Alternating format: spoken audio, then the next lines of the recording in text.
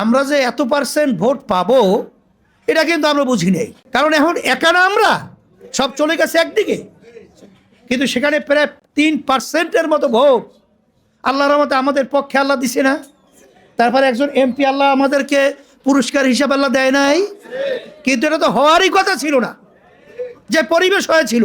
আপনারা যদি আলহামদুলিল্লাহ এই ঈমানকে মজবুত করে আল্লাহর ভয়কে ভিতরে পয়দা করে যদি আপনারা কার্যক্রমকে ওইভাবে বেগবান করতে পারেন, আমার মন বলছে আপনাদের ভয় চিন্তা নাই, আমাদের ভয় চিন্তা নাই, আমরাই বিজয় হব, আল্লাহর রহমতে আমরাই বিজয় হব, আল্লাহর রহমতে আল্লাহই বিজয় হব ইনশাআল্লাহ, কোনো সন্দেহ নাই।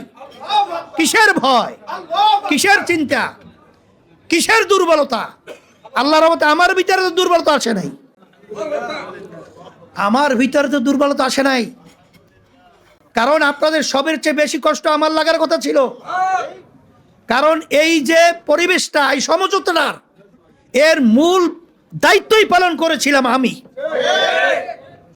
তাই সেখানে যেই বিষয়টা আমার মাধ্যমে তৈরি হয়েছিল সেটা আমার সামনে বলতে গেলে আমাদের মাধ্যমে সেটাকে দুর্বল করা হবে বা আমরা ওখানে থাকতে পারবো না, এটা সবচেয়ে বড় কষ্ট তো আমার লাগার কথা ছিল। কিন্তু আল্লাহকে বেজার করে ইসলামের সাইনবোর্ড দিয়ে ধোঁকাবাজি করে এই ক্ষমতা আমরা চাই না, আর এই ক্ষমতা আমাদের দরকারও নাই।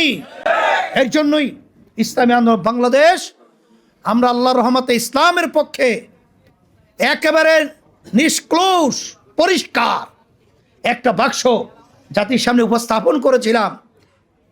আল্লাহর কাছে জবাব দিতে পারবো, মালিক আমরা ইসলামের পক্ষে বাক্স দিয়েছিলাম, কে ওখানে সমর্থন করেছে কে করে নাই সেটা আপনি জানেন। এর জন্য আমাদের কোনো দুশ্চিন্তার কিছু নাই।